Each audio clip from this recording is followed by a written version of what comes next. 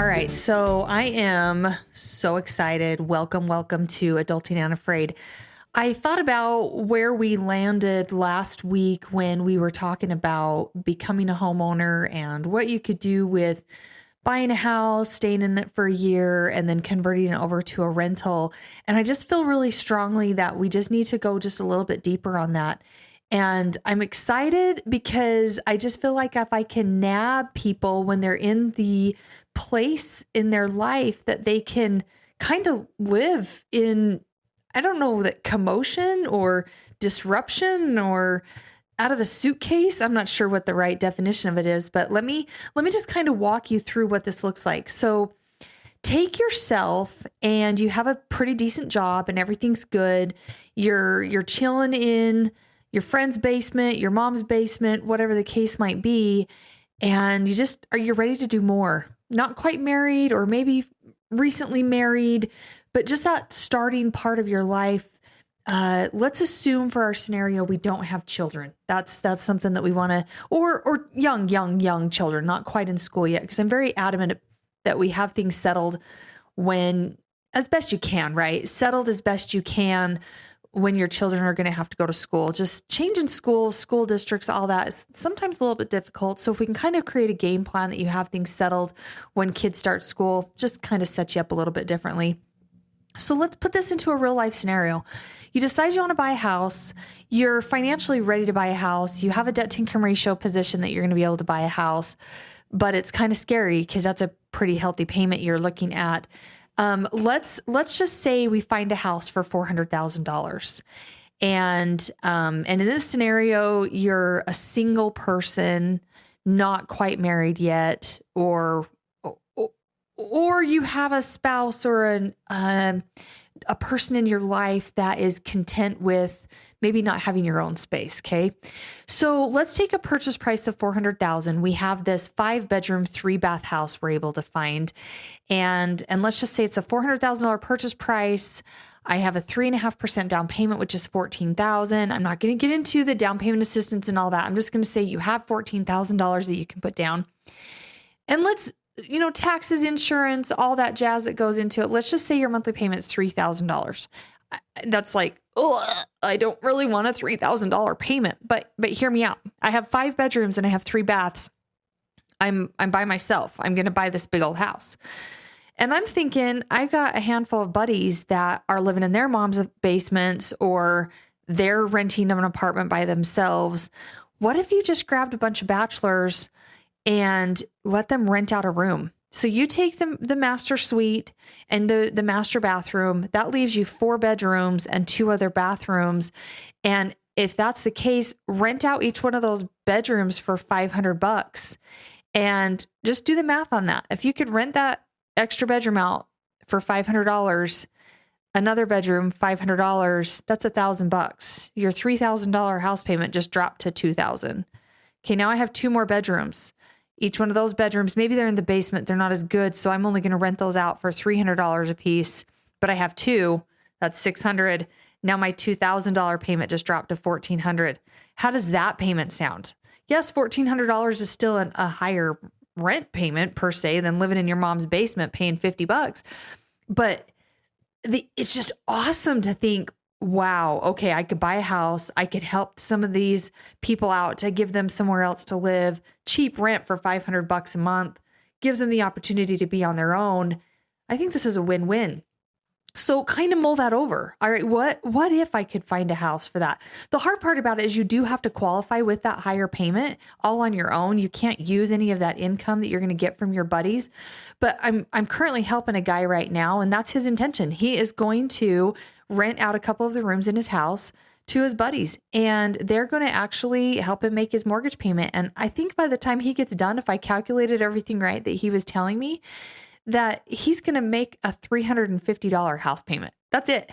His buddies are going to pay the rest of that house payment for him. That's like an amazing opportunity. So take that, fast forward a year, you've lived in it, everything's going really good. And now you're married, or now you're just like, you know what? This house is making me some good money. You turn around and you rent that house the same exact way because your buddies have taken good care of it. They know what they're doing. Everything's good that way. then you turn that into a full rental and you buy another one. So let's just kind of throw that into a different scenario of now let's go multi-unit. Let's go multi-unit. So our first house we bought was 5 bedrooms, 3 baths. It was just a single family house, upstairs, downstairs, nothing multi-unit. Let's look at maybe getting into a duplex, a 3-plex, or a 4-plex. Let's use the 4-plex for an example. Your purchase price is going to be significantly higher, usually on a multi-unit like that. Hopefully your credit is a little bit higher and you can qualify on the conventional program. That's great. But we really want to stay on the FHA program because we have an owner occupied FHA loan that lets you do a 3.5% down payment. So our first house we bought was conventional. We did our 3% down payment, our first time homebuyer program. The second one we're doing is going to be multi-unit. I'm going to do an FHA loan, 3.5% down. And just for kicks and thrills, let's say our purchase price is going to bump to, let's say 600,000. I think 600,000 might still be, I don't know. It's questionable. It's questionable as to whether or not that was going to be quite what we need it to be. I don't know, monthly payment wise.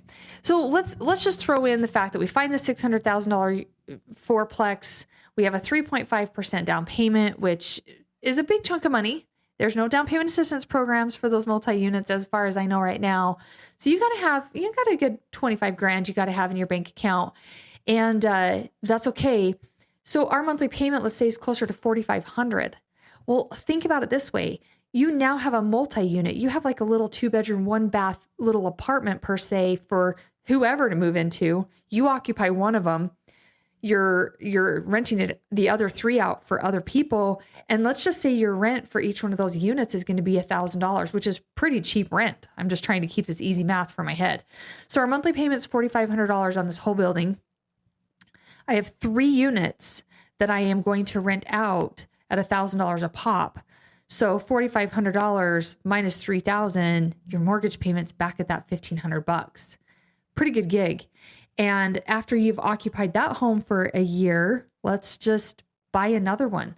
Now, you can't go getting another FHA loan at this point. You've used your FHA loan. So you could look at a couple different things. Refinance that FHA loan into a conventional loan so that multifamily house can go into a conventional program. And then you could buy another 4-unit with the FHA program with a 3.5% down payment. There's just the possibilities are absolutely endless. And this is where it's critical to get yourself lined up with a mortgage person that you just can bounce all these ideas off of. Obviously, I'm like, yeah, call Deb Criddle. Deb Criddle, she's awesome. She knows what she's talking about. But really, if you've got a loan officer that is in your circle, friends, family, whatever, you need one that that's your person. You can call them at 6:00 at night and say, hey, I found this 4-plex and this is what I'm thinking. And you know you're in good hands. Find yourself a trusted lender, trusted loan officer that's in the business to stay. And that's super, super critical. Vet your loan officer. Make sure you feel comfortable. Make sure that what information they're giving you, you trust and you feel good about. And it's super important to be able to trust your loan officer. And there's a lot to be said with having a loan officer that you can bounce all these ideas off of and say, okay, this is what I want to do. This is where I'm at. What do you think? And have them have a strategic conversation with you. And so at this point, let's say 2 years into your adult life, you have 5 units essentially that you own. You're headed into your 3rd year. You're headed into buying another rental property. And I want to say in this scenario, you're 25. You've got your stuff together. You have your poop in a group by the age of 25, and just put them on a 30-year mortgage. What's 25 plus 30? 55. Could you imagine by 55 at this point right now, you have 5 units would be paid off, and just assume rent payments never go up. Let's just assume that you can only rent out that house, that first one you bought. Let's just say you can only rent it out for $2,000 a month, and you can only rent out that 4-plex for $4,000 a month. That's it. The rent payments are just maxed out. Guys, that's $6,000 a month you're going to retire off. Obviously you have taxes and home insurance and those kind of things you've got to be aware of, but 6,000 gross income by the age of 55.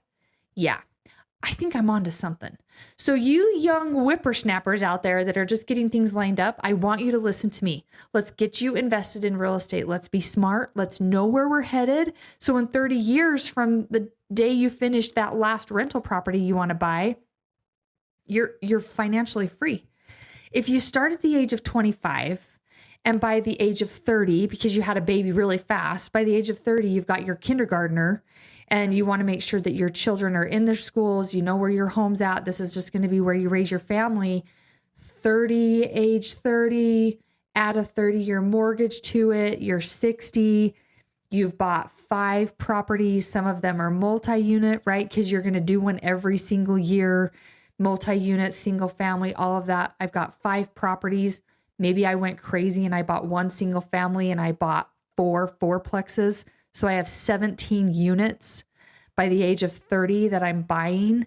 And by the age of 60, they're all paid off. And you're retiring with a very large amount of money per month. Keep Social Security out, keep your pension out, keep your retirement out of the situation completely. You are just going to retire with real estate. I hope that you will listen. I hope that this will light a fire under you young people who just need to understand most of the richest people in the United States of America started in real estate. Most of them started at a very young age and most of them threw their hat in the ring thinking, well, I hope it all works out. And they leveraged what they could leverage to be able to qualify for the down payment requirements. And they did what they could to get the down payment assistance programs and utilize those programs to their benefit. So as we're jumping out into the adult world a little bit more, we're investing in real estate. We're really just looking towards our future and being financially free. There is no reason to be an adult and not be looking at your retirement. Like, get your retirement lined up and do it as soon as you can, because you've just set yourself up for success. So let's go out and be adults and not be afraid.